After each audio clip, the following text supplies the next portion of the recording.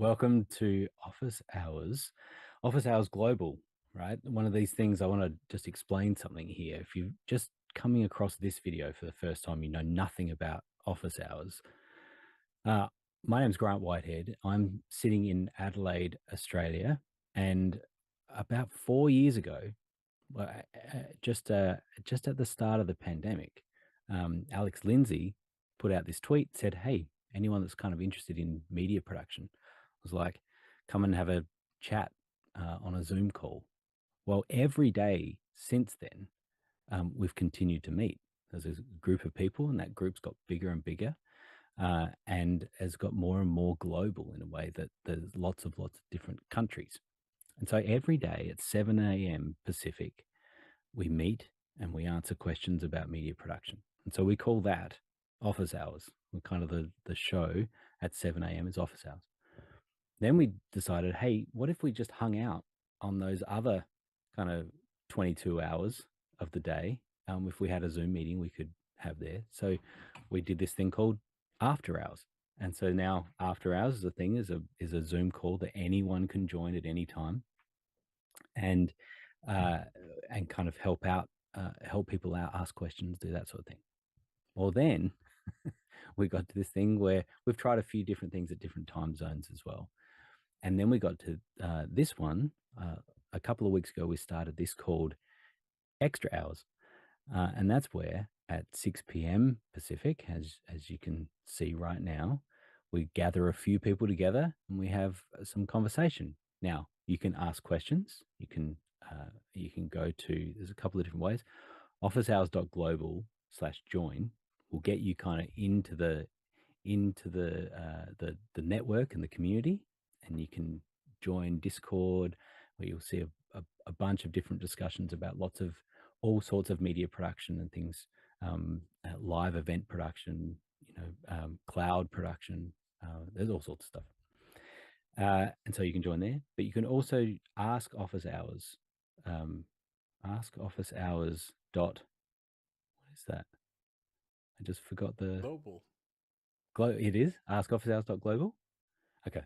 Ask office hours dot global, and that will take you where you can just simply ask a question. And so there is questions being answered every morning. And then we have this kind of this extra show where we sort of dive in a little bit more and we can discuss things. So we have brought together a panel of people. There's six of us that are going to speak for a little while tonight, have a little chat. So we're going to go around the virtual circle. I'm going to start off with Chris Fenwick, who was one of the OGs in Office Hours. Chris, good to have you. Tell us a little bit about where you're at and what your experience is, so people could target questions for you. I am a globally based video editor. That's what I like to say. I'm highly opinionated, sometimes a very short fuse, and certainly have plenty of opinions on everything. I get in trouble a lot for that.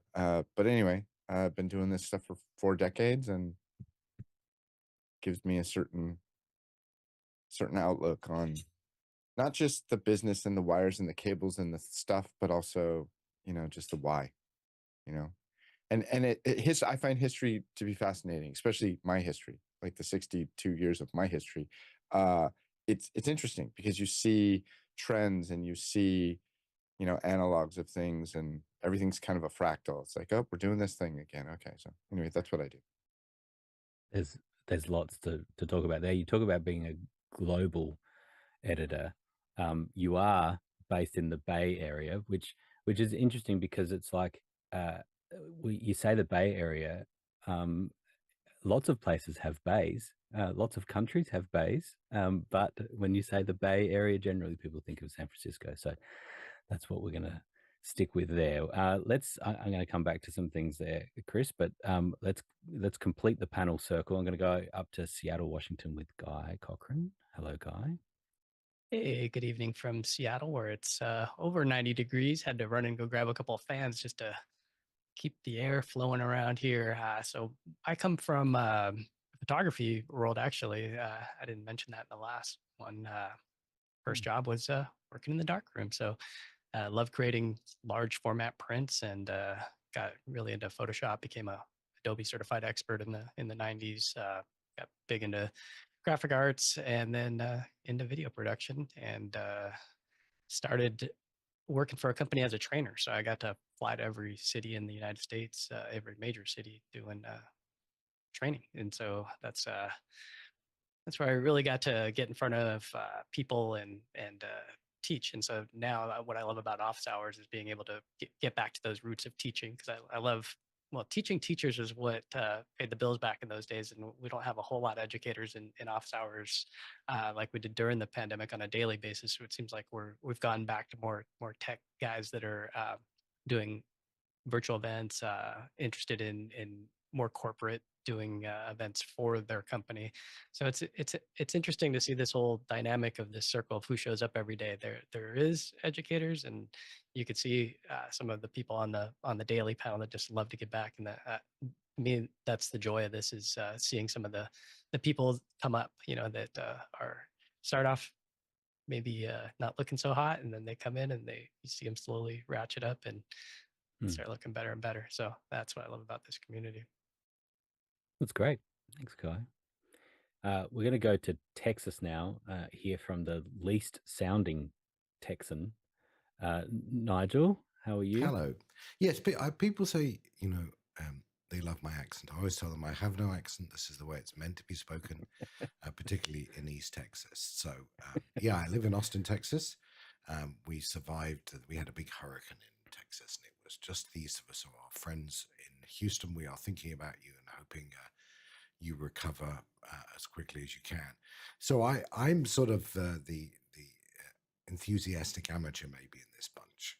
So I've been in and around these sorts of technologies for 40 plus years, 50 years, in fact, from learning to edit on reel-to-reel Sony systems, sometime with the BBC, but mostly I've spent my time in technology, consumer technology, home automation.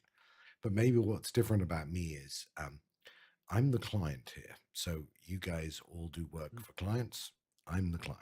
So I've spent most of my years as a chief marketing officer at various different companies, handing out assignments and trying to understand this from the client point of view. So I thoroughly enjoy being around this community, because I learn a lot and love the technology and love to play.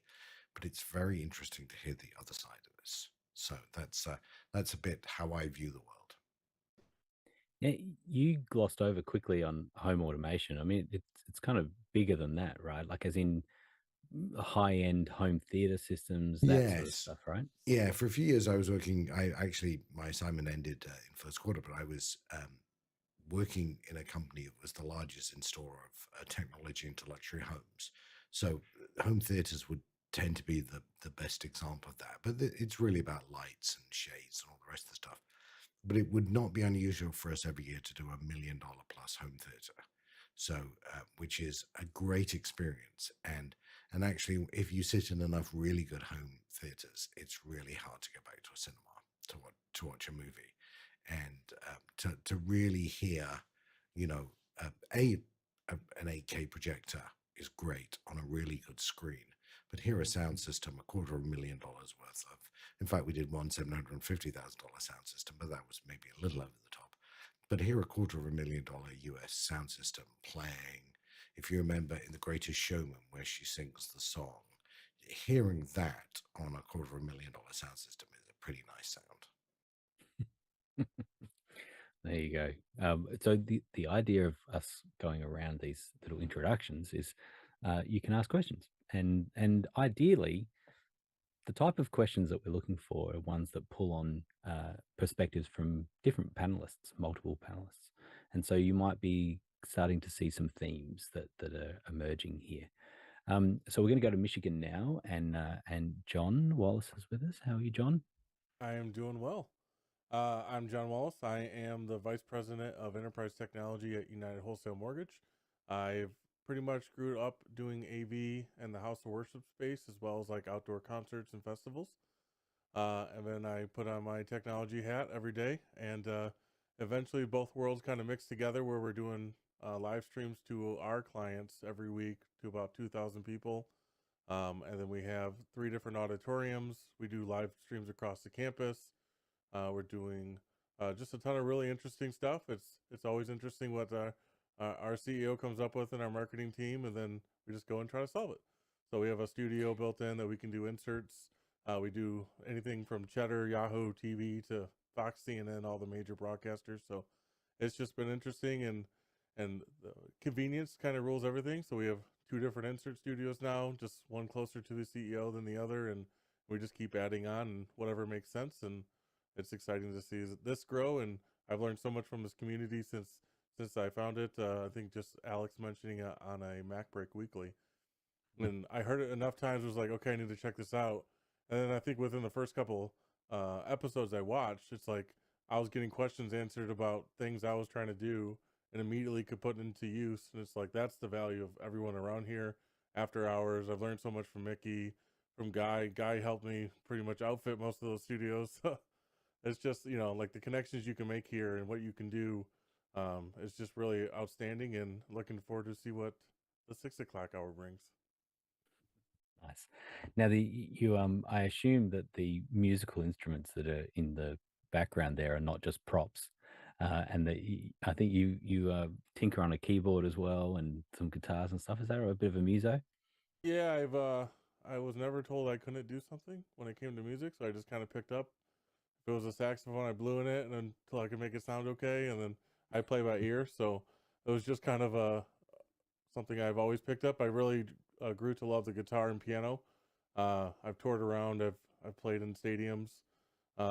It's been really fun. It's been another little side quest, but at the end of the day, touring life, either from the production side or from like playing music, just seemed like awful. So I decided that technology was a good passion to kind of land in, and then everything else gets to become a just a fun thing. And then when those side things start actually paying for themselves, then you get to buy better toys, and the wife doesn't care as much because it's self-funding. So that's how I kind of keep building around me. And once I got into office hours, now I cared about cameras, and you're looking at me through an FX3, which is ridiculous for a webcam, but it's just like, well, I want to look good. I want to look, like you just kind of keep walking down the path, and that translates into other stuff. So I'm excited to see where everything goes, and keep playing music whenever I can. That's really cool. Well, and there's an obvious connection between music and technology too, right? And so when you geek out a bit with tech and geek out with the creativity of music, I think it gets really exciting. You see that crossover. We have one last person on the panel who is a Filipino who's lost in Paris, uh, and that is Mickey Makachoa. How are you, sir? Hey, I'm good. I guess I even though this is supposed to be like a good for the other good time frame for folks in the other side of the world, I seem to still draw the short end of the stick. Yeah, Um, I don't know it how you did is that. You're 3 a.m. at more the moment. available. You're more available now than when you are at home, and home would be a normal sort of business hours kind of time slot for you. Yeah, But you'd be yeah, exactly. Last time I think I was supposed to, I was trying to jump in last time, but it would have been 9 a.m. I think my time, well, Philippine Mhm. time. But now it's 3 a.m. So, um, I guess I'm here. So tell us a little bit about your experience, and then of course tell us why it is you're in Paris. Yeah. I am a location sound mixer and also a post-production re-recording mixer for TV shows, film, corporate advertising. Um, that's my bread and butter. Occasionally I do broadcast and live work, but not nearly as much as like say post-production or location sound. How I got there, in high school, I wanted to mix bands, and then I thought, oh, the person who mixes bands is a sound engineer. I'll go to engineering school. I dropped out. I shifted to film, studied film, and in film school, I was the only person who I guess understood and also was interested in sound. Even though like I came into film school thinking, oh, I'm gonna be a cinematographer, I'm gonna be a director. no one else wanted to do sound, so I became the default person to do sound for everyone, and still doing it until now. That's really cool. And how are you in Paris? What's that about? Yeah, I'm here right now for the Olympic Games. There are a good number of folks in the office hours community that are working or going to be working here in the coming weeks. I'm working on commentary switching, which is a lot of plugging in cables and unplugging them and plugging them back in elsewhere and making sure that they work still. You make it sound very basic. One of the things I love about Mickey is that he talks about, clearly specialist in audio, but one of the things that I think unites a lot of us on office hours is just our curiosity, and the curiosity leads to a real general information, a wealth of information generally. And it's one of the things, particularly with Mickey, is that there'll be a very detailed vision question or a IT question or something, and he comes out with an amazing answer to that. That's something I appreciate about you, Mickey. Grant, one of the other Yeah. things that unifies most of us on office hours is you probably wouldn't hear us if Mickey hadn't helped us. So I don't think there's any of us who haven't in some way been helped by Mickey, That's who true. is really the backstop that has saved most of us. That's true. He spent a lot of time doing one-on-one Zoom calls and helping people fine tune their microphones and their setups and things. It's been pretty cool. For me, it's fun as well to see how, like say, not only with like Zoom meeting setups, but with full like production systems, to see how people think of their workflow and how they want it. It also helps me know how people want things, and there's not only one way to get things done. So being able to broaden my database of like workflows that people do is really helpful for me as well. Hey, Yeah. Mickey, I have a question about that. You said your database of people's workflows. Do you write down what different people do? Not really, unless it's like a full like production system where you Yeah. have a mixing console and all that. Where I would make a spreadsheet and at times make a diagram. But if it's just like a Zoom meeting setup, no. Because I'll say this about Mickey. He has this incredible recall about something. So I've had times when I've contacted him and he'll go, well, what about this in your system? Like he has an intimate, memory of the weird things that I've done. And I'm like, oh yeah, that was it. Thanks. Thanks for knowing my Yeah, system better than I do. don't And forget to jiggle that that yeah, Korg fader, and yeah, also exactly. turn on audio hijack, Chris. Exactly. And so that's the whole point. It's like you're amazing. Anyway, thank you. There we go. We could spend a second hour just on Mickey. But we have got a question, Guy. What's that first question there talking about the Olympics? First one's coming in from Robert Green in Los Angeles, California, and he says, the Olympics is almost here. What is the coolest tech seen or anticipated so far? So I'll be interested in what Mickey has to say. I haven't followed it too much. I will enjoy watching it, and I tend to print out a list of all the sports for the kids, and we make sure that we have seen every one of them. We spend and make sure some are much shorter, much quicker time watching, but some are longer. One of the things I heard is that there is no big stadium for the opening ceremony, and that is going to be spread over a river. Is that what you've understood too, Mickey?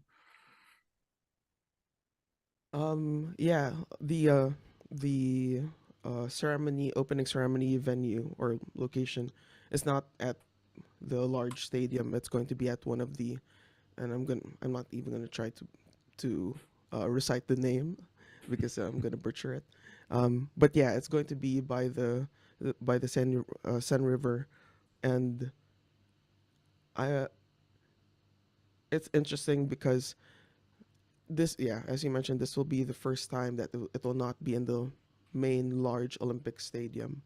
Um, I believe parts of the ceremony will be at the street and parts of it will be at the actual river.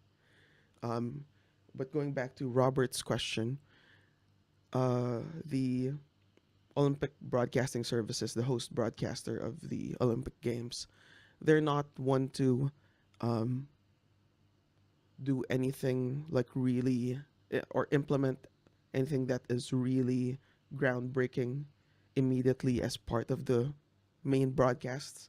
Yes, they do always um, test new technologies, but it will be some sort of side like test broadcast or some other test that they're doing that's only available internally within the Olympic Broadcasting Services or within the IBC, the International Broadcasting Center. The ones that really push the boundaries, I think, are the rights holders, the broadcasters, like the likes of NBC, the likes of Discovery. They're the ones who really push um, on the new technology, but not so much the Olympic broadcasting services themselves. Yeah, Yeah. so the standards that are going out are not necessarily full surround sound and 4K, broadcast and stuff, or, like from the host broadcaster. Yeah, you're going to see a lot of that stuff recorded. My guess is that, particularly from the Japanese companies, you're going to see a lot of 8K recording done. There's going to be a lot of NHK 8K. certainly. Yeah, NHK particularly will do a lot of 8K stuff. Yeah, the other And day I saw NHK loading pallets of like brand new Panasonic gear, like still sealed in boxes on and all that, as well as I think I saw some Ikegami hardware from them as well, and they've been known to, for for a long time now, shoot certain certain venues in 8K. yeah, my guess is CES next year, you're going to see a lot of 8K Olympic footage on the stands because, I think 8K is starting to, particularly at high end, is starting to get interesting for people building home theaters and high end systems. But of course, it's just this lack of content, and you can upscale things, but that only works so far. And so I think providing that sort of content will be really important for the next generation of television. Mm. Yeah, Chris, have certainly you? look out. Sorry. Sorry, No. I'd certainly look out for, yeah, NHK. They like pushing the boundaries in terms of camera capture. NBC, of course, with their graphics, and um, I think many of us know of someone who does a lot of graphic work for large sporting events like this, who's part of the community. So they're the ones who people should look out for in terms of what's new. You're saying HK? NHK, the NHK. Japanese broadcaster, yeah. Gotcha. I see. Chris, I was going to ask if you have you done a lot of sport sort of editing, switching, live? Have you done much? I used to. Yeah, Hmm. in the I guess it would be early 90s, I used to switch Major League Baseball, NBA basketball, a lot of the ones that were the most interesting were the fringe sports like sumo wrestling and beach volleyball, and I did some tennis, college tennis, a lot of college sports. But the technology that we used then was like rubbing sticks together compared to what people use now. But the storytelling though, right? Like there's something about So here's the thing. Yeah. broadcast that I love. One of the best moments for me was sitting with a director, and he was a new director, and meaning he had been a camera operator for a long time, and he wiggled his way into the truck and front bench there, and he was super passionate about like getting that close up of that guy when the other guy beat his record, or like the little subtle, he was telling stories and I'm sitting here just pushing buttons next to him.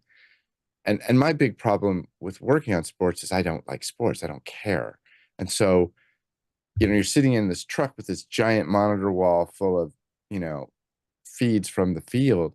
And in my mind, if you could see what I saw in my mind, it would look like all of the camera monitors had a Gaussian blur over them, because I had no idea what that was. It was just a mess to me. But if you call it, I could put it on program. And then, as the TD, you're in charge of keeping track of the tape machines and all the graphics and, the Chiron and the still store and the DVE. But again, I mean, the technology then was just so primitive, so horribly primitive to what people down there. I watch it now and I'm just like, mind blown. I have no idea how that works. None. Well, I think that's what's going to be interesting with the Olympics this year is particularly the opening ceremony, is how far spread out that's going to be. I can't imagine all the fiber that's running everywhere and a bunch of wireless, and I imagine a heap of drone shots and things like It's going that. to be madness. To cover it all. Mickey, you said they're doing it at the river. Are they doing it in front of the Eiffel Tower? Do you know? The French really love that thing. I would imagine they want to show it. Yeah, it's a couple of blocks down, and I'd imagine I don't know exactly what shots they're gonna take for it, but I'd imagine it would. There's probably around the opening ceremony venue. There's probably one, two, three or four other venues that are within a couple of blocks of each other. So I'd imagine they would, fire up cameras at those venues and um, and and take a bunch of scenery, and they also have a lot of cameras stationed that can be taken into program by any of the venues. Like, say they have wide shots of the popular landmarks within the city that they can take at any time. Those cameras are always hot, always live. Like, only That's so what I many wanted views at of the NAB for the NAB show when we were cruising around and we needed a little bit of perspective. It would have been nice to have somebody that was staying at one of the hotels or something shoot right over the top of South Hall or something like that. Those just make you feel like you're there, especially when you could see, all the people mingling about and the size of the Black Magic, banners on the side of the building. So that's cool that they can pipe those everywhere. The other day, I had a day off the other day and went around the city with a bunch of my workmates, and we did spot the NBC studio on top of one of the large buildings. I don't know exactly which building it is, but like massive tent that you could see from miles away, and from that vantage point, I'm pretty sure they can have any of the big landmarks as a backdrop to their hosts. Wow. Yeah. I wonder how many times we're going to see the Eiffel Tower when we're watching the Olympics. You'll see a lot Every of it shot. for sure. Every And shot. Mickey, what are you seeing as far as replay? Everything EVS. They every truck is pretty much EVS for replay. They It's interesting in Tokyo. We had camera cars that were chasing the athletes at my venue, and because they're wireless, their RF link for the cameras, I think we're limited to 1080/60 or 4K/60. I can't recall. They could only really operate the EVS from inside the vehicle itself, because they can't, send out the full 240 frames per second or whatever they were doing. So they had the EVS operators inside the camera cars. That's interesting. But aside from replay, they're also using EVS as their archival system. So they have hundreds and hundreds of EVS IP director stations, wherein all these individual camera feeds from the venues are coming into the the IBC International Broadcasting Center and being recorded and tagged individually. And they have hundreds of operators there that are logging all these clips, so that, say, random broadcaster from the Philippines contacts OBS and says, I need every single second of footage of this athlete.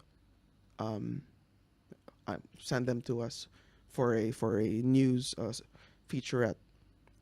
OBS can turn that around just through all the footage that's being recorded and logged with very detailed metadata by these hundreds of operators. Yeah, that's great. Hello, Henry. Henry just said hello in the chat, so I wanted to say hello back. Nigel, one of the things I think about with live sport, I think about the World Cup soccer that I've seen a few times, and they often push the technology, a little as well. And so I remember going to a cinema in the middle of the night to watch World Cup in 3D. And of course it looked amazing, but it was the experience of it as well. Have you sort of experienced that sort of thing with live sport, in the kind of the home cinema kind of world as well? Actually, not that, but in the larger homes, and we may be talking, 30,000 plus square foot. Not only are people, putting home theaters, they're putting their own sort of sports clubs in there. So one particular house, I remember we did a 3x3 array of 65-inch televisions. So 9 65-inch televisions, all matrixed together, because who doesn't want to watch every football game at the same time? In 65 inches. And of course, with some of the technology of some of the providers, you can also, if you get rid of the edges, because we could do this on a Samsung wall, make it one big screen or 9 small screens. I was just thinking, though, as you were talking about the Olympics, just slightly off to a tangent. I watched the London Olympics in the US. Sorry, the sheer amount of advertising on American television during the Olympics from NBC almost made it unwatchable. And I actually went back and found the original BBC broadcast because it's a completely different show. And so I think one of the things that's really interesting is if you travel to other countries during the Olympics and watch the other countries' broadcast, you'll see a very, very different experience than particularly with America. I was in one country, I remember, during one Olympics once. I won't say what the country was. And when their athlete was no longer in the top 3, they just cut to another sport. So we're not quite that bad, but the prevalence of the advertising overtaking the what's going on is particularly big. But that's the sponsorship nature of it. And I was hoping that we'd be at the point now where NBC would be willing to broadcast everything online on a streaming service, as well as on their normal broadcast channels. And hopefully they won't be doing this horrible delay thing where we're not allowed to know for 12 hours what happened, because we all know anyway. Yeah, generally we get in Australia, we get these apps that have every sport live, and so we can watch them all. And sometimes they have commentary, sometimes they don't. They're just like raw feeds, and they just have a bit of Atmos sound, and that's it. And you sort of watch every one. And there's something that's lost in that a fully curated sort of experience, that you have commentary teams and they go back to the desk, and the desk talks about things, and then they go off to something else. Feels a little bit more like you're experiencing the whole event rather than just the raw content. But that's going to be interesting to see how different people, and we'll be able to compare that in office hours, is how different countries are experiencing it. So It's going to be interesting. They're doing something called Gold Zone, which is like the NFL Red Zone, but so you can put up a bunch of different events that are happening at the same time up on the screen at the Peacock app. So that would be an interesting way to watch and kind of consume. If there's downtime between events, you can kind of catch multiple things at once. I know my kids are excited to kind of dig into this, and we'll see how the app experience is. This is their first time really diving into it, but do you know if both of the subscribers to the Peacock app will be able to do it at the same time? I'm sure you can watch it for free and just watch a ton of ads that will be inserted while you're doing this across all 4 or 5 channels you're watching. we wanted to have a chat about Alex's tweet about the streaming services. He tweeted out, what's the most popular stream service, and we'll probably leave it to when Alex has a right of reply. But he put YouTube in there, and I just have a problem with that, because I feel like YouTube is now. I love premium, and so I'm like, of course I would do that. That just feels like what's the term? Like it's electricity and water. It's like you just have to have your YouTube subscription, because it's about all this extra other stuff. Whereas actual content, like movies, TV shows, things like that, where do you get those? That's the thing for me. So I would have excluded YouTube. Well, yeah, YouTube TV, but it didn't say that. Let's talk about this for a second. This is nuts. So the question becomes, Grant, if you're saying that YouTube should not have been included, maybe replace, say, Prime, replace YouTube with Prime or something like that, right? Is that what you're arguing? Okay. And YouTube doesn't belong because you say it's not a streaming service.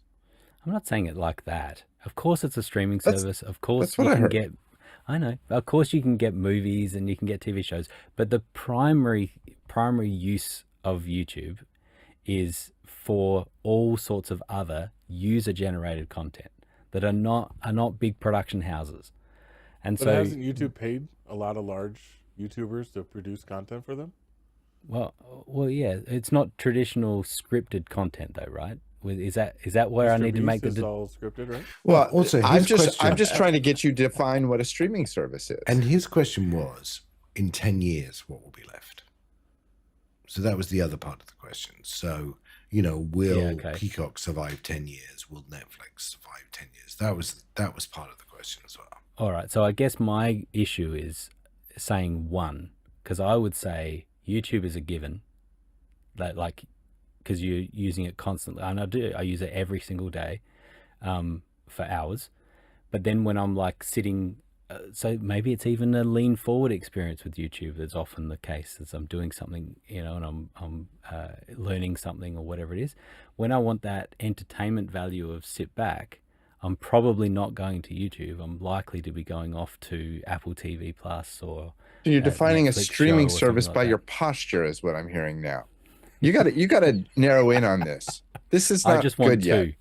All right. So if you want my answer, and you may not, Yes.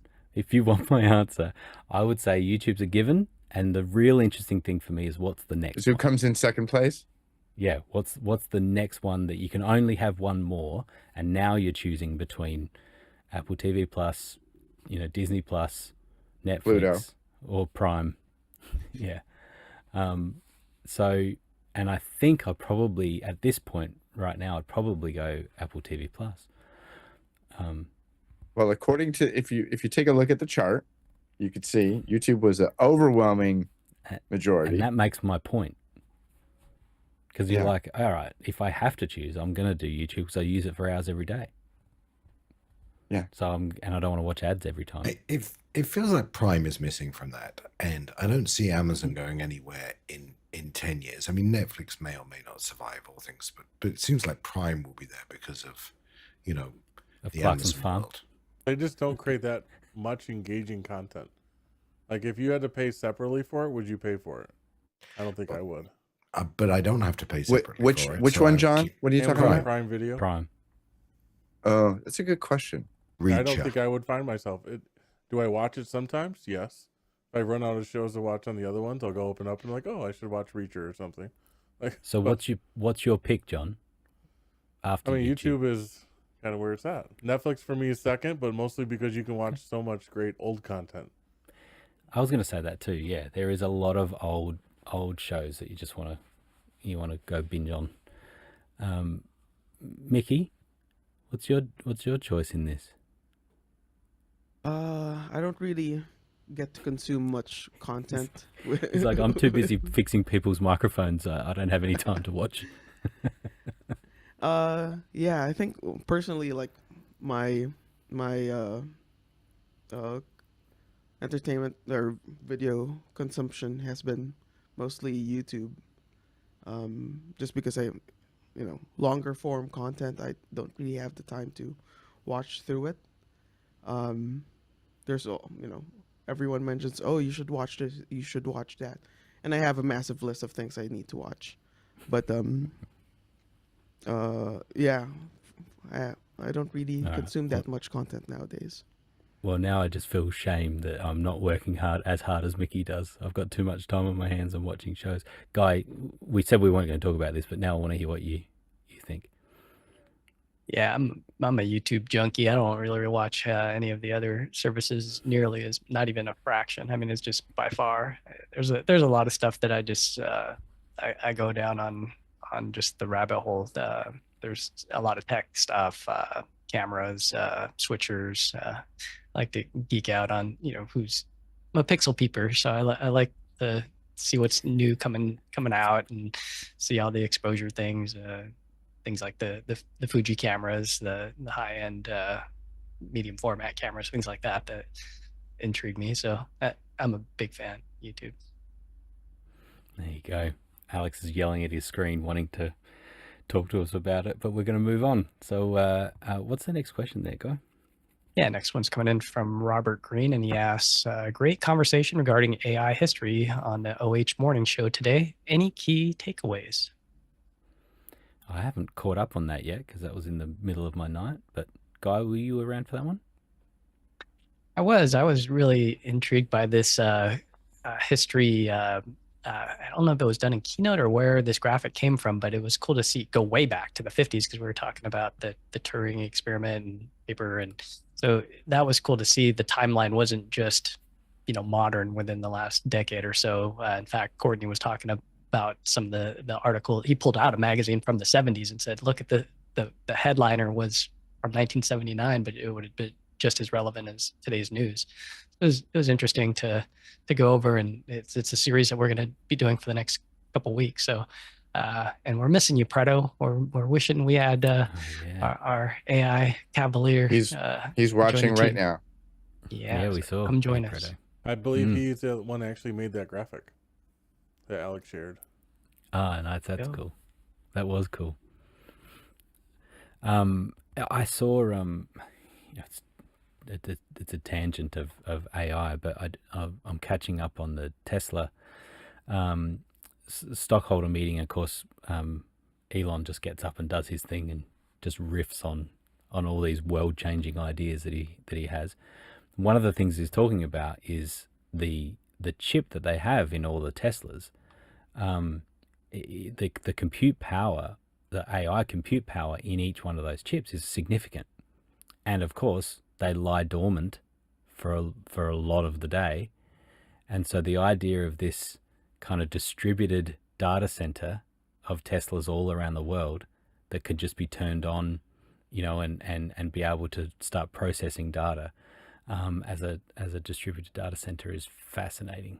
And even he was talking about power usage that varies greatly, particularly when it's self-driving and it's in a parking lot and it's not using very much power, but then it's in a really busy environment with traffic light systems and all sorts of stuff going on. It can be using 600 or 700 watts of power, which is really interesting. I was just like, man, with a car, you're thinking obviously about running the motors and some of the accessories and your stereo system or whatever, but to think that you're also needing to run this huge computer system that's running the car, the power usage for AI is an interesting consideration.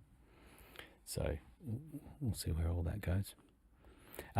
We did have it looks like Alex might have fired up a poll on the chat, and so there was the same poll, and Alex being Alex left YouTube in there. I would have pulled that out because I would have liked to have seen what it was, but of course everyone said YouTube Premium was right out on front. And Tamara saying I worked on a Netflix show and then I dropped Netflix but kept YouTube. So that takes the point exactly. Cool. Yeah, 1F Jeff, a true hive mind processing data. Yeah, as a Tesla owner. Cool. Any more on the AI front? No one's there. Cool. We can move on. What's the next question? Next one's coming in from Ryan Summerfield in Sydney, Australia, and he asks, I am new to Mukana. Is this something purpose-built for office hours or available for commercial use? Both. So yes, get in contact with Alex on Discord, and he can talk you through what their options are commercially. So, and g'day, Ryan. Good to have you here. All right, next question. Next one's coming in from David Paskin in Miami, Florida, and he says, today there was a significant problem with Zoom's meeting SDK, which prevented Liminal and other third-party integrated apps from being able to join or start meetings. Wondering what your backup choices are when Zoom goes down. Yeah, it's a really good question, David. And one of the things, because a lot of what I do is based around Zoom and running events with Zoom, and it's really important that I keep on top of any outages or things. And so I subscribe. You can sign up to Zoom. You can get emails on when there's problems going on. And of course, it's a huge and complex network, and so there's lots of challenges that they have, and so I see them as they come through, and I saw this one that was specifically about the Zoom SDK client, which obviously affects lots of those extra services that have integrated Zoom into their systems, which obviously includes all of the Liminal apps that uses the SDK, and then these new ones that we've heard about that have come along as well. So vMix's integration and Ecamm and all of those different ones that are now using it had the same problem, which sounded like they just couldn't log in. I couldn't join a meeting, sorry, which is kind of a showstopper. And some of these production systems that are requiring that for their production was a real showstopper. And so that's a great question. What do you do as a backup? And so I think about obviously things like Zoom Rooms was not affected, and the Zoom Workplace app was not affected, the main client. So having some sort of system that you could jump to. The interesting thing is, like with all backup systems and risk management, it's not until you get burnt by it sometimes that you wouldn't have necessarily ever thought of this being a problem, the SDK client being a problem. And now that we've experienced it, we're probably going to have some sort of redundancy in place to be able to handle that. Guy, what's your take on this?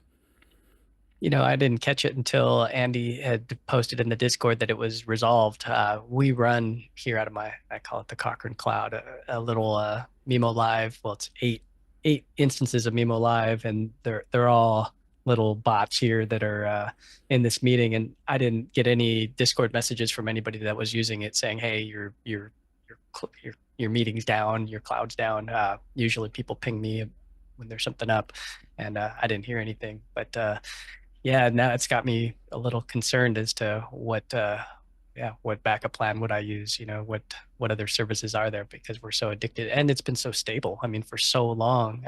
Well, generally we're using Zoom Rooms in production, so that's where I'm just used to it. I'm used to this rock solid stability for years and years and years now. Yeah, because we started doing this. It's hard to believe that we started using Zoom Rooms 20. When was that? 20? Well, you first turned me on to it, Crowd. Yeah, right. So that was 20. Yeah. It was probably 2020, at the end of 2020. Yeah. It's crazy. Yeah, it's been a it's wild amazing. ride. Well, and that's the thing. One of the things that we used to do with our events is that we would have some sort of like YouTube stream that was hot and ready to go if Zoom died and we had all of our attendees and we needed to pivot. We used to do that for all the events. Eventually, we just stopped doing it. We were like, we could spin that up if we needed to, but it was just a whole bunch of overhead that was unnecessary because of how stable Zoom is. And this was the thing, is that Zoom is still stable. It's just that they just had this one little issue with the login with the SDK. And so I often think about what is not only the hardware or the system redundancy, but what's the program redundancy? Like what's the programmatic? What is it that, and how you communicate, things like that. So it's having a plan for the unknown. Like what happens if we lose everything? How do we communicate with our live audience and say, we're changing to this, or whatever it is. I remember when office hours went down, when Zoom went down that one time at the beginning of office hours, and we all went over to Google Hangouts and realized just how bad it was.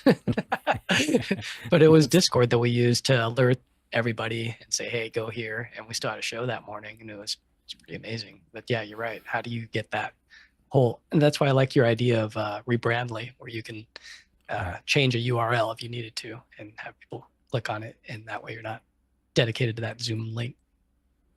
Yeah, I think it's really hard to like find a solution that fits what you built with Zoom. Like what else are you gonna do? There's some smaller service, Video Ninja, Streamlabs has a service. I think Twitch has one now built in, where you can bring a couple people and have a discussion, but you're not doing what you're doing across anything else. And then you're stepping down into like OBS client or something like that to get something out.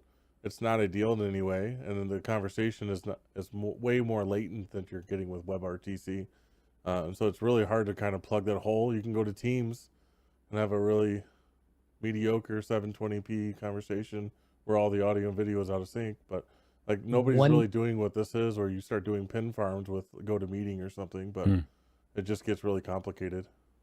One to keep an eye on is QuickLink. QuickLink is based in the UK. And they're big in the broadcast world on that side of the pond.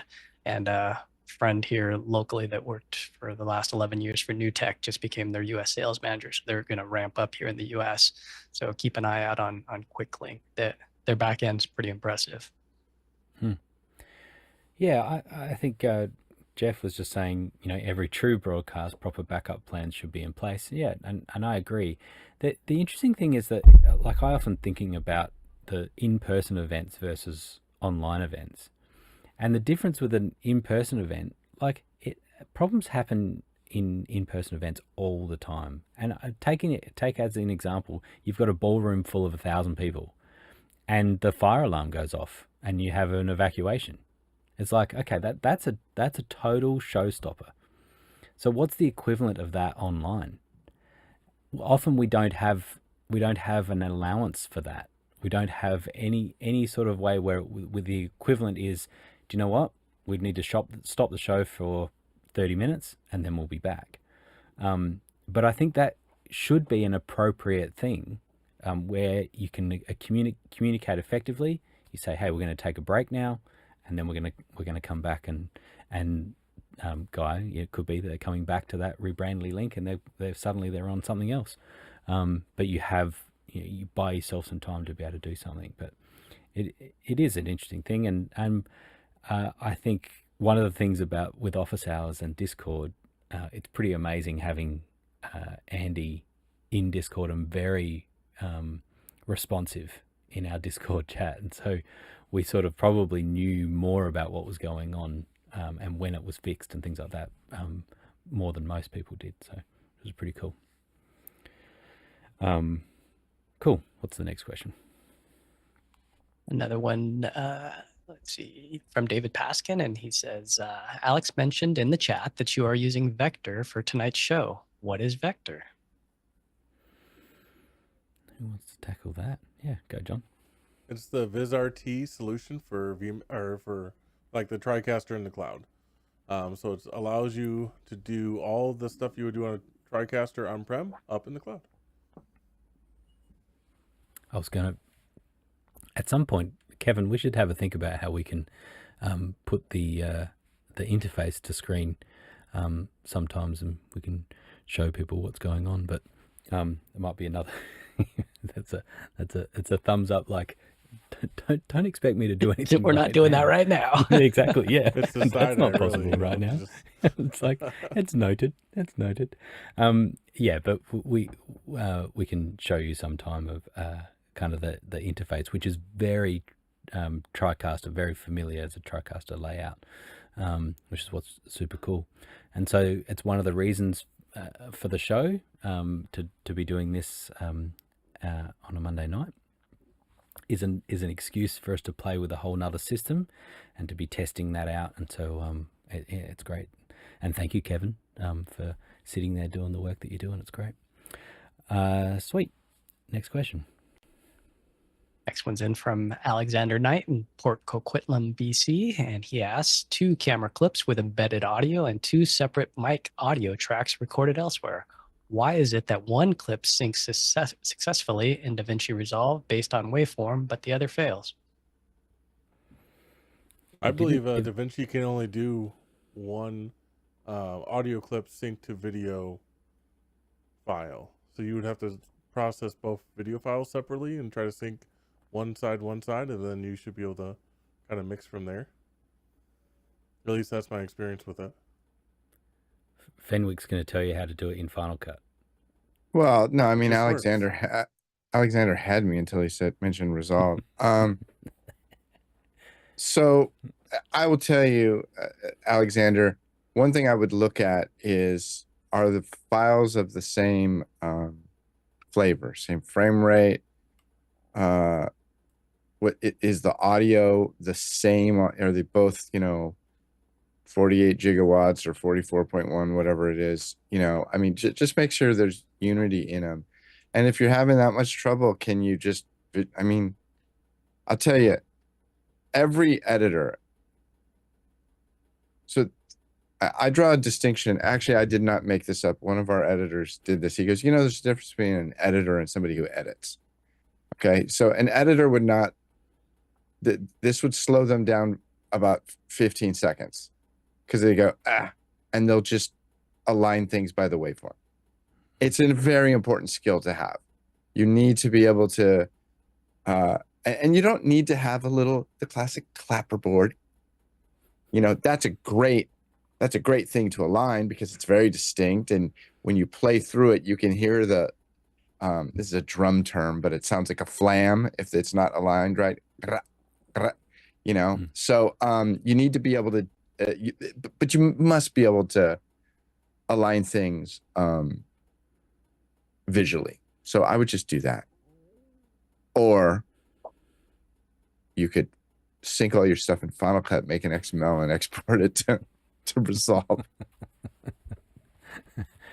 Yeah, I have used even in Final Cut, I've used the syncing a little bit, and I end up just kind of doing it myself across multiple cameras and things, and I find that I can just kind of dial it in exactly the way I want it. I'll also say that the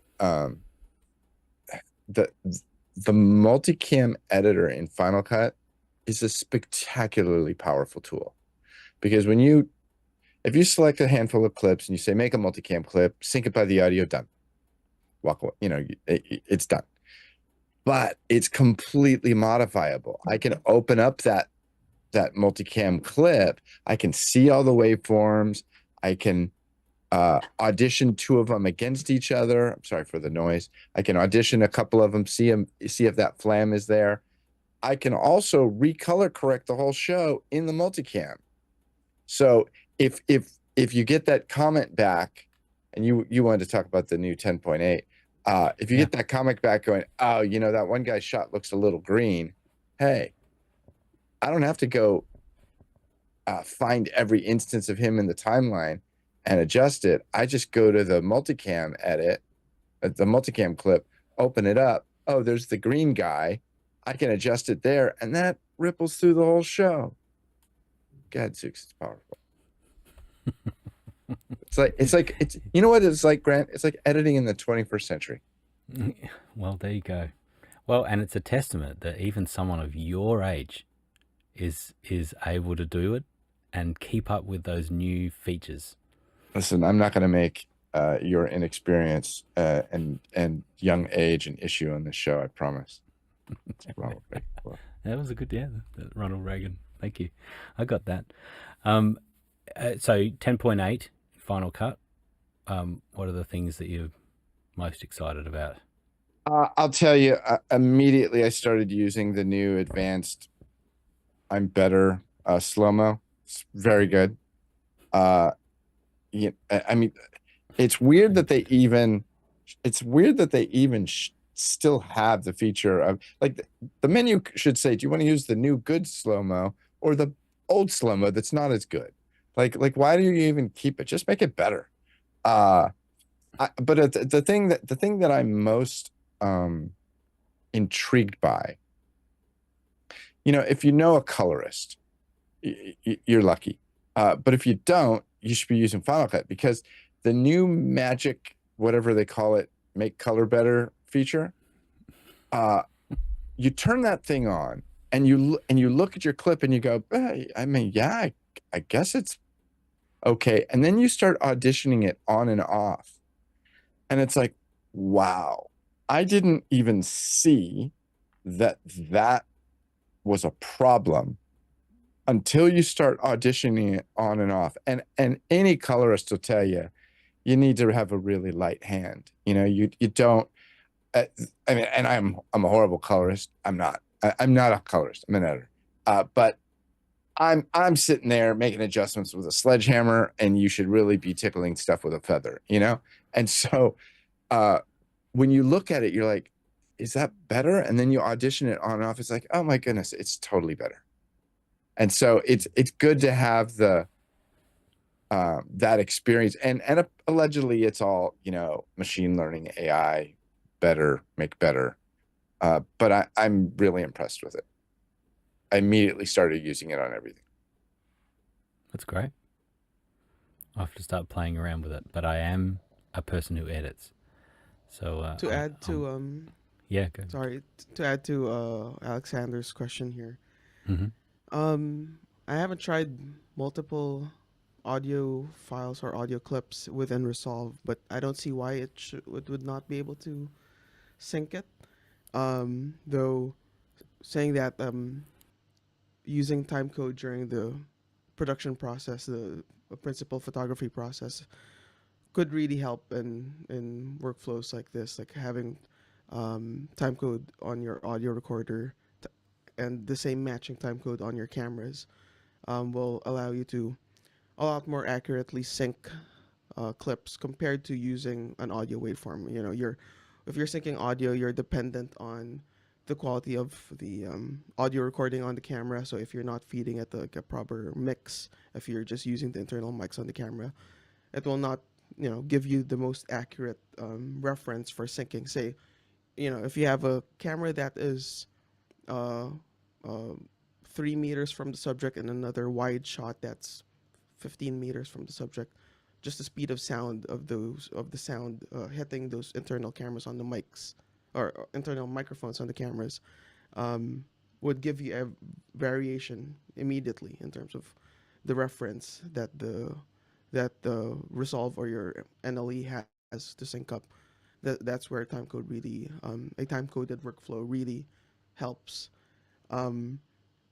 Also, if there is indeed an issue with Resolve syncing multiple audio files to your camera clips, I would consider on your audio recording system, your field recorder or whatever you're using, to have audio files in polyphonic wave format. So that means multiple audio tracks in a single audio file. That way, you're only having to deal with syncing one file, and all your separate ISOs are all there in sync. Nice work. Thank you for getting back to the question, Mickey. And even in the middle of the night, your brain is right on top of it. What's the next question, Kai? Henry Ramos in Yonkers, New York asks, would it be possible to have a look at VisVector if I became a volunteer interested? Yeah, yes, I'm sure that is the process. I think that Kevin's nodding profusely is like, it'll be great if there's more people than just him doing it. And the idea is that to get people's hands on with being able to use it and to build up the team for playing around with it. Is that your understanding too, Guy? That's the hope. I'm sure we want a whole cadre of folks in the future that we can just browse over their shows that they've done and be like, okay, I'll take him. Are you available? I'd love to see out of this whole environment. I would love to see a list in the community of who's got how many flight hours, how many shows, so to speak, and then we can just say, what's your availability, and be able to grab people. Especially like I'm a PTZ op tomorrow for a 3-day show, and it was just like last minute. But I'd love to be able to farm out things just like that, like who's available this week. If I needed a backup or somebody to cover that show, they can just go in and have more than 3 people to pick from. So that's my big dream that I'd love to see this community have. I think That's that it's really interesting to think about. Like, I don't think we do these shows just to hear us talk. You can watch the morning show on YouTube on demand. You can watch a Sunday show if you want to see us go deeper into topics like we're doing tonight. Really, it's about creating another opportunity for people to learn. It's another platform. It's another great experience that we can all have. Building up a show around volunteers who just want to contribute, learn, and grow from each other. And so I think, yeah, definitely Kevin could use a break at some point. And there's a lot of people who have familiarity with TriCasters and who have maybe some panels laying around that could control this. So that'll be interesting to see people get into it and define this whole new workflow. I know right now it's really early, but I'm definitely I've downloaded VizRT. I'm playing around with Companion to understand like what we can do to maybe recreate some of the show automation to make it easier for whoever is doing the TD spot. And I know that even more automation is desired, and I'm not great with Isadora yet, but I'm definitely playing around a little bit to see what we can expand it even further into. That's great. Yeah, and Alex was confirming in the chat that yes, we're building the team, and Jeff knows someone who uses Vector all the time, and we'll be happy to help out too. So that's great. We're looking forward to.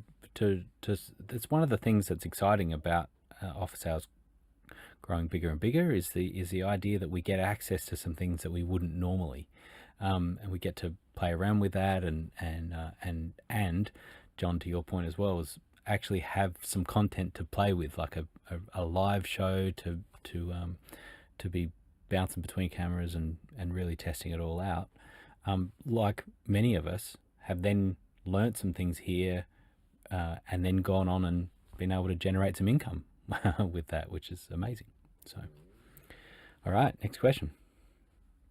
Next one's in from John Preto in Las Vegas, Nevada, and he asks, "Hey guys, I'm seeing the exposure change slightly on the feed today. No an issue?" Question. We saw it with I'm sorry, Grant. No, you go, John. Go, John. We saw it with Zoom ISO, something to do with graphic acceleration and how it was handling active speaker. And so there's some sort of pop that's happening when it's trying to process and upscale that active speaker to 1080p. So it's something new that we're trying to understand on the Zoom Room side, but I know that Kevin's aware and working on it. Yeah, I see exactly. It's interesting as you we're seeing it happen when it finishes, like even just then, John, when you finished speaking, it went down again, which is actually like I think it's changing the resolution, right? And so it's losing something there, and Looks then like as a the gamma change, interesting. yeah, enough, then the but, active yeah. speaker comes back, and then it pops in again. So we'll see, but yeah, it sounds like turning off hardware acceleration was one thing, but there might be some more things to do. So yeah, still chasing down exactly what that is, but for you, John, I'm just happy, firstly, that you're John Preto. I'm happy that you're watching and that you're able to even see that there are exposure changes. Hi, John. That makes me happy. So nothing wrong with your eyes. Well done, Preto. Okay, next question. This one's in from Alexander Knight in Port Coquitlam, BC, and he asks, "What happens when we create technology that can dump the entire life experiences of a human brain into a computer for an AI to process? Does the AI become more human and start to develop concepts of emotions? Does it understand love?" All right, congratulations on the type of question that I was thinking that we can kick around. That's impressive, Alex. Thank you. Yeah. So I think that the Optimus robot that Tesla are making, have made, and will start rolling out a lot, I think is going to be very interesting to see, because it is a humanoid, robot. So if you take the combination of something like ChatGPT when you're talking to it, and then you put that into a physical human shape, and that can do things and can respond and can do tasks for you and teach you and things like that. Even the way that ChatGPT sort of artificially shows emotion, it's both, I think, equal parts for me, equal parts fascinating, exciting, and really scary. Where that goes, I don't know where it all goes. What's the curmudgeon think on the panel about this sort of stuff, Fenwick? He knew it was him. Well, I think it sounds like a great sci-fi script. I don't know. The whole AI thing annoys me.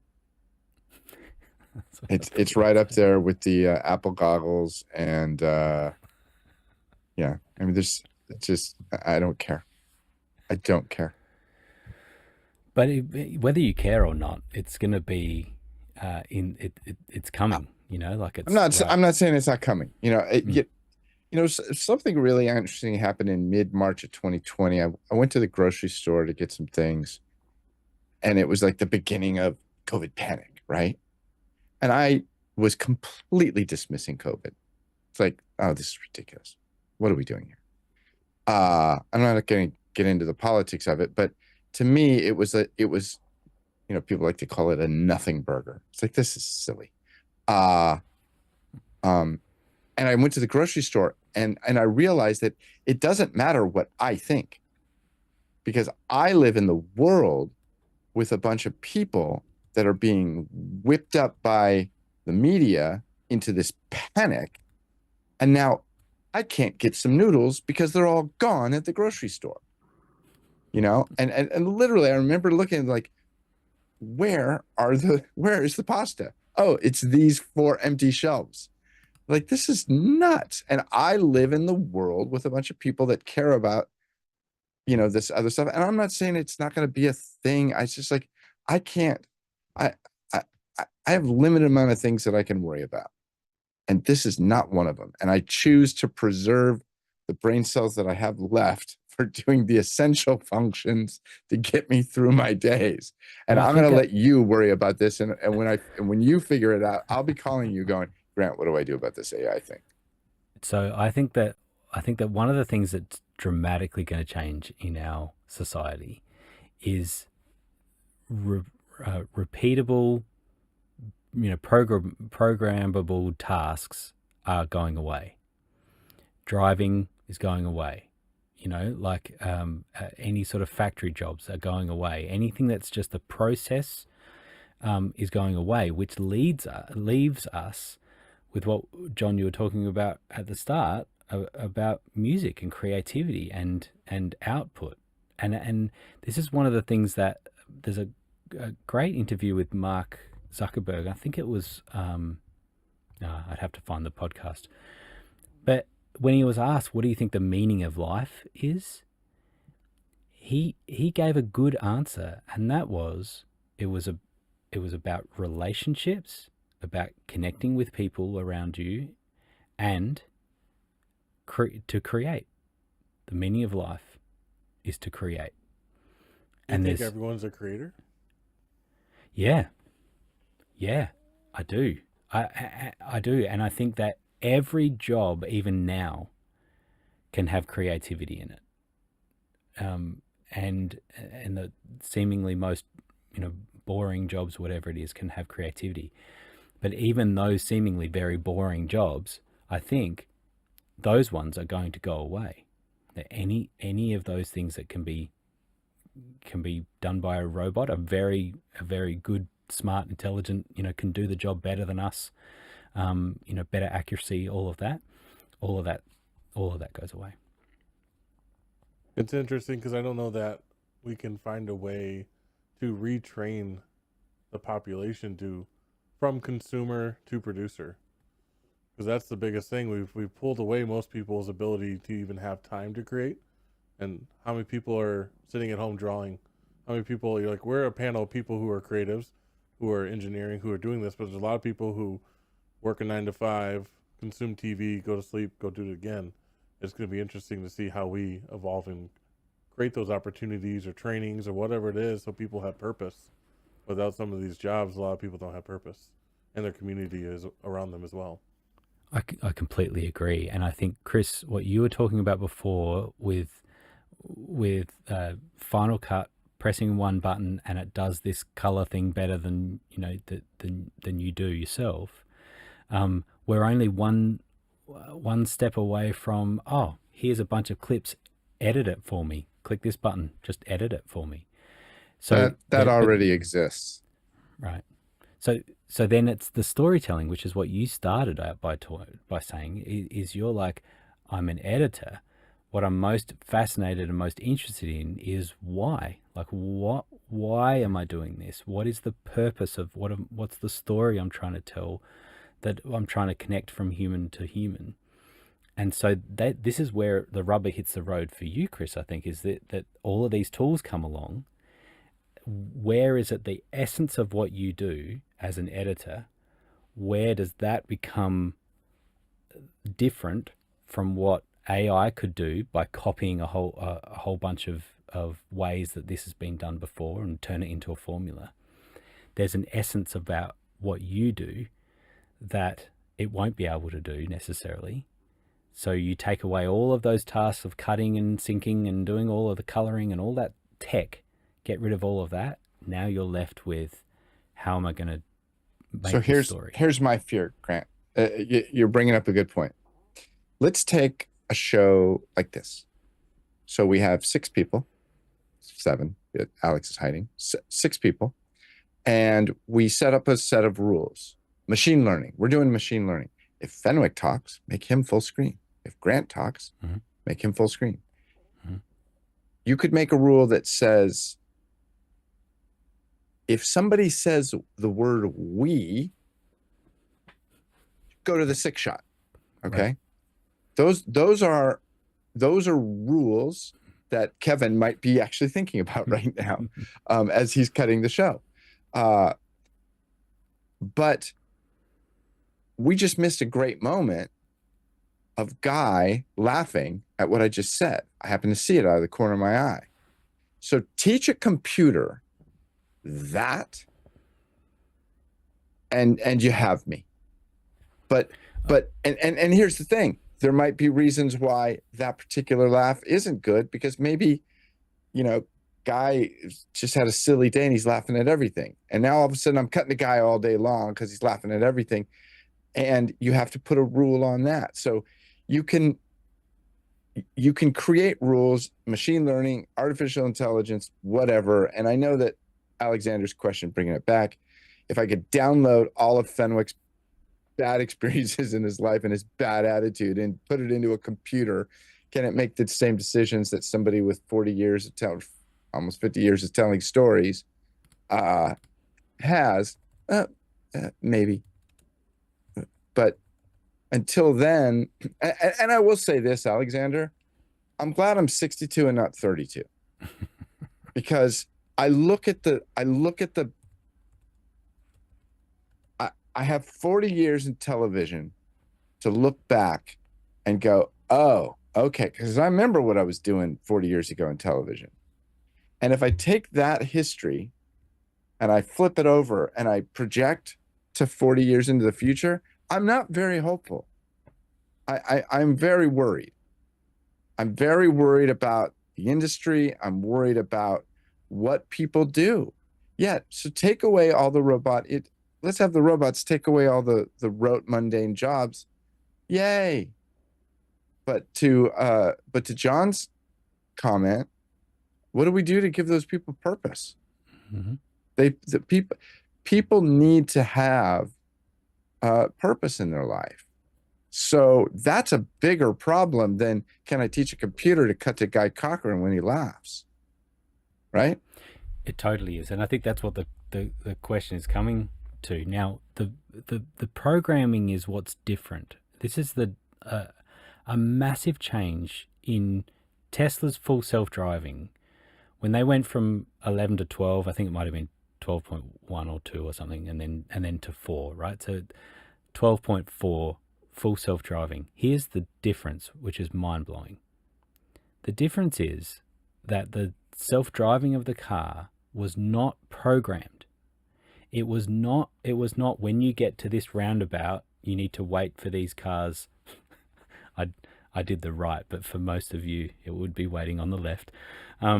You need to wait for these cars, you need to watch what's happening here, and then you need to move out and go around the roundabout. What it's doing now is it's studied how people drive at a roundabout, and it's learnt this is what everyone does. And so that's what this is that in what you're talking about with editing, rather than saying if this then that, if Guy laughs then cut to him, it's saying study these trillions of hours of video production and learn how people switch, and now here's the content, and now apply that. That's the reality of where we're talking about with AI, whether it's learning from how people have done it before, which is the large language models as well, where it's say, take all of the history of all of literature and then predict what the next most likely word is when we're asking it to do a series of things. So now you apply that to any number of tasks, as complex as they may need to be. That's where it's going. And so now big companies are like, I can pay a robot that will work 24/7. It's just going to keep doing that at higher accuracy. I don't have to do any labor laws. I don't have to do any breaks or anything. It just keeps going. So whether we like it or not, that's what's going to happen. Transport companies are saying, I don't have to do 12-hour shifts for my drivers anymore. My trucks can now run 24/7. And they just do their thing. And so I agree. We've now got this thing where we're going to have more time on our hands. And this was something that was fascinating about when clothes washers came in. I think we can learn. I think Sky was talking about like from history. When clothes washers came in, people were like, we're going to save so much time. And dishwashers, we are going to have so much time on our hands. None of us that all own clothes washers and dishwashers and all of those things are going, man, I've got so much time. Like, I'm now not down at the creek washing my clothes. We filled all of that with something else. There was more things that happened. The other analogy I want to talk about with a history as well is when elevators went from having operators. So it was normal. I'm sure, Chris, you remember when the elevator was invented. And that, yes. there was always an operator in there, and they would close the doors, and they'd press the buttons, and they would take you to the floor that you wanted to go on.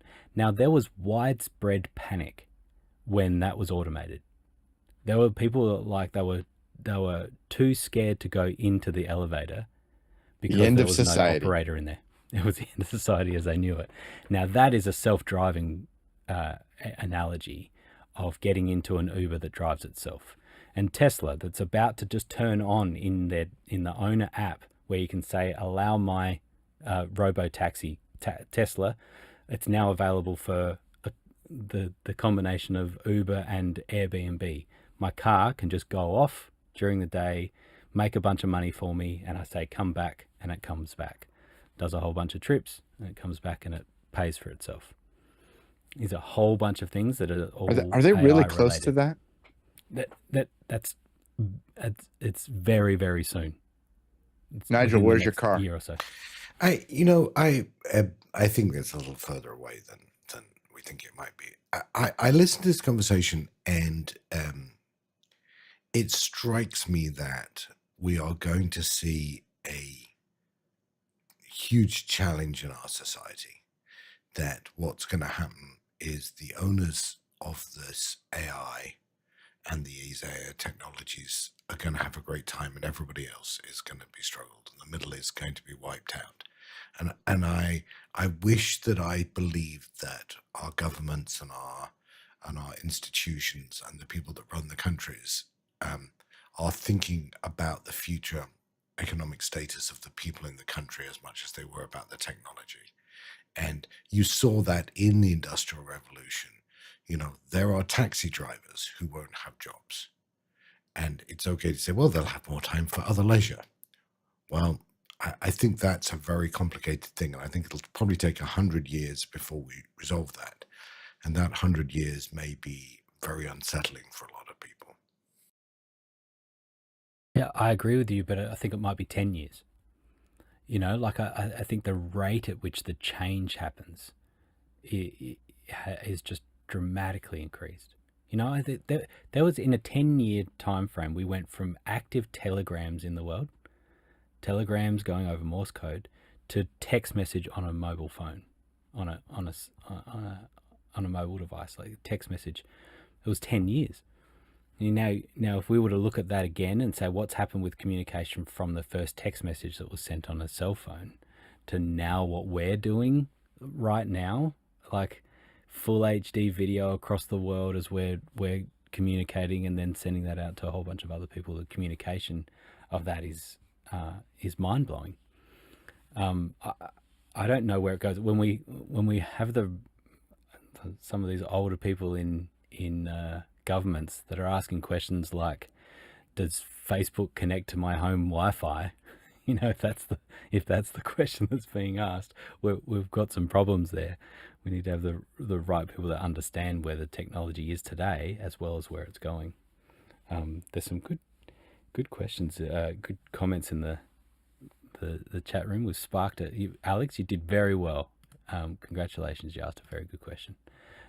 We could spend hours and hours talking about it, but we won't. Unless Mickey, did you want to jump in at all? Do you have anything to add on that? Not really. I don't really follow the AI things. I just do my job. I'll be retired by the time. Just like Fenwick, I'll be retired by the time AI takes over. But do you know what? Like, I think in recording with 32-bit float, what happens when we go to 64-bit and we're like, you can just throw a bunch of mics out, you don't have to do anything, you don't have to watch levels or anything, you just throw it out and it just does it, and then it mixes it all together, and it, you know what I mean? Like, it's possible. Yeah, I guess. I mean, if you want the, most common denominator mix, yeah. You want the Dugan mix. Yes. I don't want to drag this through the mud, but here we go. But I will. This weekend, I was making a video for one of our grandkids, and I hit a button in iMovie on my phone that I'd never hit before, and it was quite interesting. And I recommend everybody try it. No. That one gets used a lot. It's called Magic Movie. So take your iPhone, go shoot, 40 or 50 photos, and load them into iMovie, or say, I want to make a magic movie, select those images, and just watch what it does. It's very entertaining. Cuts a lot. It's got good music, whatever. But it's what a computer thinks is good. And the Apple people are brilliant. It's quite good, but it has to be uncanny. And here's the thing. If you like it, then I love it. Like whatever. But it's not what I want. I also think it's interesting that it has a different user interface than the normal iMovie does. I think the user interface should look exactly the same, because it does show you like, oh, this is what I'm watching, but it looks more like a spreadsheet. It shows all the clips. It should just look like the timeline. And maybe it's designed for people that don't understand timeline. So, okay. Fenwick stands corrected. Not necessarily. I think there's a lot of those cool features that are just coming out, and I think they just continue to roll. For the benefit of people that are watching this after the fact, Alex just said we're going to eventually find out that Mickey is in his late 70s. Which I think is accurate. All right, next question. Robert Soji in Los Angeles, California asks, Mickey, what sample rate and bit depth do you select when recording dialogue on your sound device's recorders? It's a 24 frame per second project. Yeah, on pretty much all, like 95% of what I do, it's 24-bit, 48 kilohertz.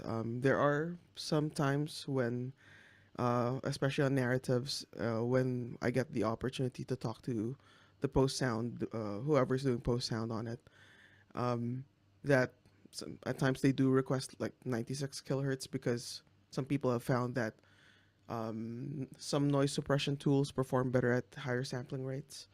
And also if they plan to do some manipulation with the dialogue, say creature sounds or special processing that they'll do to the dialogue, so they may at times request 96 kilohertz. I've encountered that a good number of times, but vast majority what I do is 24-bit, 48 kilohertz. Fair enough. All right, we're going to skip a couple of questions. We've probably got a couple of questions that are in the chat that would be better served and answered in the daily show, and when we have a slightly different panel. But we've got a couple more. Kyle, what's the next one there? We've got one in from David Paskin in Miami, Florida. In the eCamp community, where I spend a lot of time, there's a ton of talk about creating content and how we should all be content creators for our businesses and brands. How important do you think content creation is? Let's tackle that. I think it really comes down to if you have a story to tell. Not everyone has a story to tell that's worth listening to. And so I don't know that everyone should be creating content. It really needs to be deliberate. You have to have something to say. If you have those two things, great, and share, and it will probably reach somebody, even if it's 10 people. Those 10 people could be moved and do something that you would have no idea what to do next. Yeah, so the interesting thing on that, John, is that when we think of the to create or the creative, the output of the creation process is what we're thinking of there.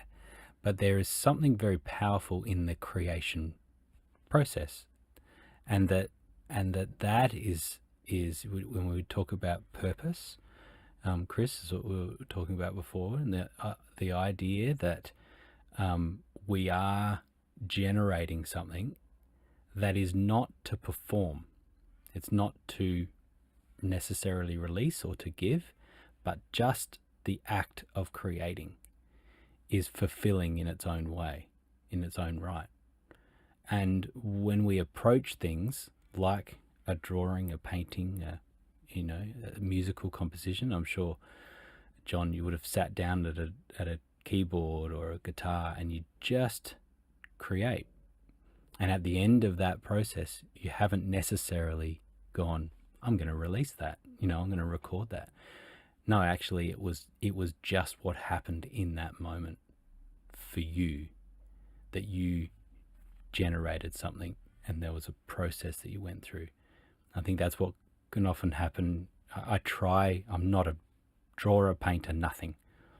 But when occasionally I get my Apple Pencil out and I just create something, I'm not thinking about I need to show this to someone.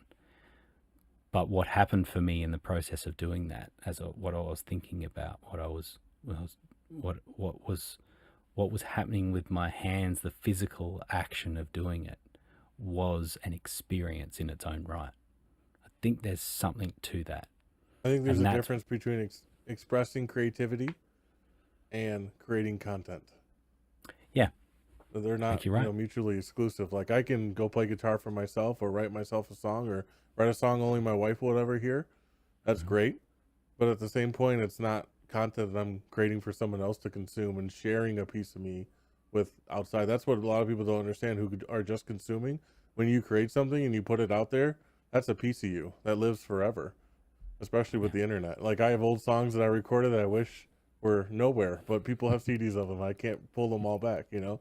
But it's just like part of the process, and it's embarrassing. You go back like I would never do that again, and you just keep growing from it and growing. But yeah, I think the part of creating that should be everyone's individual. That's why adult color books got so popular, because it's just Yeah. something for them to express and then go through emotions. And we're so tied to all this digital stuff that nothing's real. Like writing on something that's permanent, I think it has value. Yeah, it's the imperfection of that which makes it human, and that brings brings about our discussion about AI and things, is that it starts being perfect, and we lose the humanity. It's something that I love Yeah. about I mix. Sorry, Guy. I mix an a cappella vocal band, and I love it so much because it's really raw humanity, and you hear you hear the voices break, or the pitch is not quite right, and that is what makes it really human. Go, Guy. Yeah, it's interesting too when you have a piece of equipment or a process that somebody might be searching for, because YouTube is the second largest search engine behind Google. So, an example, I was looking up the Canon CRN 500 camera specifically for this gig, and it was interesting to watch one of the videos where it was a gentleman from the UCAM community, funny enough, Gary Cruz, where he just walks through his unboxing, and it was way different than any other video that I had seen where somebody would create that kind of content where it's from start to here's me putting it into a production. But I learned a few things, and that's the unique part of this is how valuable is that content to somebody at 10 o'clock at night that has a gig the next day where you just help serve them. And I have some videos up where they've got hundreds of comments that just say, thank you, thank you, thank you, thank you, thank you. And those warm my heart. And so I did a video on the Sennheiser wireless when it first came out. And I took this book that was like this thick, because I kept getting these phone calls when I was selling a lot of Sennheiser wireless. How do you pair these transmitters and receivers? And so I made a video because I was getting tied up on the phone. And so for a business, I mean, for a video to get over a couple 100,000 views and take that phone time down to nothing, it's just like it went away. So there's value there when you hit a home run, and you can't always create something that's going to get hundreds of thousands of views. But if your intent is to help somebody out, especially if it doesn't cost you a whole, you're not doing a production where you're bringing in 20 crew and grip trucks and all that. It's just something simple. Chris, are you saying you want the grip? All right, back to you, Grant. You muted, Chris. Were you just talking to yourself? There's just some ramblings. I was talking to my wife. You were muttering. Oh, okay. It just as Guy spoke to you, you were mouthing. All right, we're nearly wrapping up. It's been this is a great conversation, and actually, David, we weren't quite answering your question there. At least I wasn't. As in, because you're talking about for brands and for communities and things, and I think that not everyone is supposed to lead some big community, but more and more these communities are emerging, this long tail of communities, because of being able to reach all around the world, and so now suddenly the particular interest that you have, may have been a couple of people in your city, is now 50 people, 100 people you're pulling together around the world, and now you do have a community on that particular interest, and so you are creating content for that. But all of the best content creators have started for free, have started not with the idea that they were trying to generate income, that they actually just had a heart for what they were doing, and an income stream came at some point, but it wasn't the intention at the start. I think there might be one more question, perhaps, if we bring that one over. Paul Wallace in Cedar Creek asks, Fenwick, what was your trip to the hill country like for the eclipse? I went to Texas to see the eclipse, and it was completely clouded out. So the trip was great. West Texas was great. I camped on a guy's private land. He had a 3,300 acre ranch, and they let me camp there. It was great. It was fun. I wish I would have seen the eclipse, but there'll be another one in 20 years. Maybe he was talking about when you came to South Australia for that eclipse. That one got clouded out too. That was a 32-second eclipse with a 32-second cloud. What year was that? It looked like it. What's that? What year was that? It was like 2003, I think. Okay. I was in Seduna, I think it's called, in South Australia. The sun was the eclipse was supposed to happen right near sunset, right as the sun is setting into the Southern Ocean. It was going to be great. Yeah, I've bad luck with eclipses. All right, not much to share there. All right, I think Paul pushed another. We've got more questions that are coming through. We've got to wrap this up. One more. Yeah. One more. Paul Wallace in Cedar Creek asks, hey, Nigel and Grant, how can y'all strengthen the sister cities connection between Adelaide and Austin? I didn't know we were. Yeah. I'll tell you one ironically strange, bizarre fact. I have a separate thing I've done for years called the 3-minute mentor, which really needs updating for a modern world. I did it like 15 years ago. And for a while, it was used in training sessions by the Adelaide Police Department. So I feel like I've contributed somehow to that systemness. Well, the Adelaide Police Department are the finest in the world, and I'm sure that's why that they're doing the 3-minute mentor. Thank you everyone for hanging out with us. We are going to quickly go around. I want a content pick from each of you, and that's how we're going to finish up. And so to tell you, we are going to be back next week. And we're conjuring up one. I pick up a Vision Pro on Friday. Apple goggles, I think. Chris, is that what you called them? I'm picking up one of those on Friday, and we're going to try to get Isn't that what they're called? Apple Vision Pro. They Goggles. brought out a Pro before there was the basic. So we're going to have hopefully get a panel together of just Vision Pro users, and we'll see the person. What are they called? Persona. And we'll have a play with that. All right. So we're going to do some content picks. Nigel, what have you got? Okay, so when we're finished here, I shall retire to my living room, put on my Sonos Farben speakers, and listen to my favorite album, which if you've never heard it before, is Porgy and Bess, but recorded by Louis Armstrong and Ella Fitzgerald. It's from about 40 years ago. It's an astonishing recording. And if you like jazz and you like good singing and good music and Nelson Riddle arrangements, most amazing album. That's great. This proves to me why I'm asking people's picks, because I'm doing that for sure. John, what have you got? I've been listening to Wolfpack recently, which is a group out of Ann Arbor, Michigan. I'll post a link to the chat. It's like funk, pop, kind of all over the place. Really interesting group.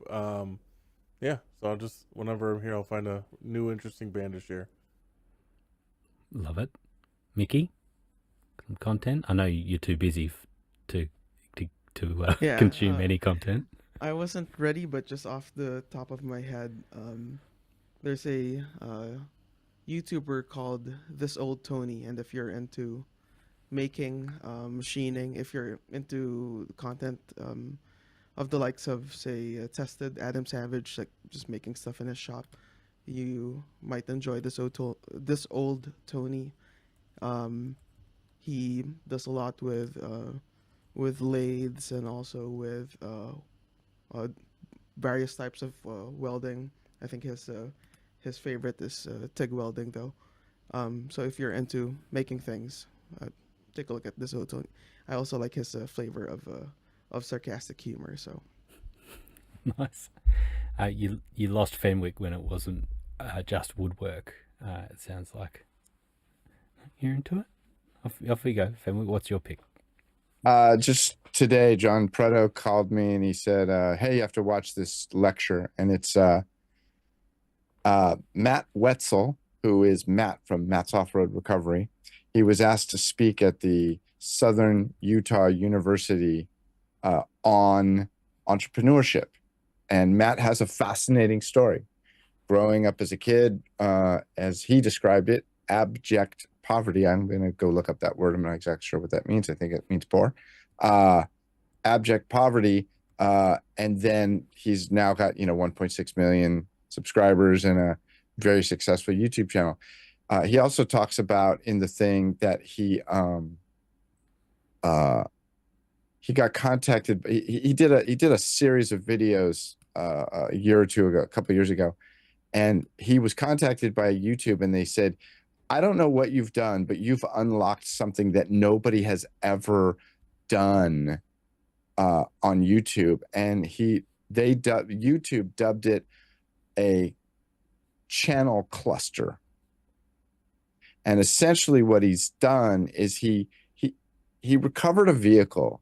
And then he handed that vehicle to another YouTube channel and they rebuilt it. And then he handed it to another YouTube channel and they painted it. And then it like got passed among all these different people. And what it did is it created what YouTube described as the biggest like spread out event that YouTube had ever seen. They call it a channel cluster. Anyway, Matt has very astute insights into YouTube, and he backed into success in YouTube by making every mistake once and then doing the stuff right. So it's very interesting. It's highly, I can't recommend it higher. It's great. It's fantastic. Thank you, John Preto. And say it again. What's the name? It's Matt Wetzel, and it's Southern University, Southern Utah University Entrepreneurship Speaker Series. Okay. And Matt just talks about how he stumbled into YouTube. It's great. It's fantastic. I get that. That sounds really good. All right, Guy, what have you got? Yeah, here locally, we've had quite a few people in a user group where we all chat. And one of the things that came up was a film that a lot of people had been working on in the community, or more of a documentary. It's called How to Rob a Bank on Netflix. And it was about a gentleman in the mid-90s. And this didn't really go nationwide as much as it did here locally, that this gentleman hit these banks, like 15 different banks. And the story is really fascinating, but it was really cool to just see friends that were the DP, friends that ran sound, and then hear it and listen to it and critique some of the scenes, like looking at the lighting. And I know, he shot with his area mirror, and it's just like, seeing their actual work on the big screen in my living room. So that's my pick, is How to Rob a Bank. And I love the way that they interplay the legacy footage, the archival stuff that they were able to dig up, and some modern day animations. But they really did their homework on piecing this one together. I mean, a lot of hours to put this piece together. So it's a great watch. Great. And I would just chip in the Tesla stockholders meeting, and you can fast forward past the boring part and just get to Elon, and just listen to what they're doing, because I think there's some fascinating stuff in there that Tesla's doing. That's what's been tracking for me. Thank you, everyone. Thank you, Kevin, for making all this happen, making the vector work, and Alex took a little step back to make sure we just had our 6 panelists. Thank you, Alex. Thanks for making it, organizing the panelists and things. And we look forward to doing this all again next Monday night at 6 p.m. Pacific. You can join us then. And of course, catch us tomorrow morning at 7 a.m. Pacific for all your questions. You can start posting questions in there now. Make all that happen. Excellent. Thanks, everyone. Bye-bye.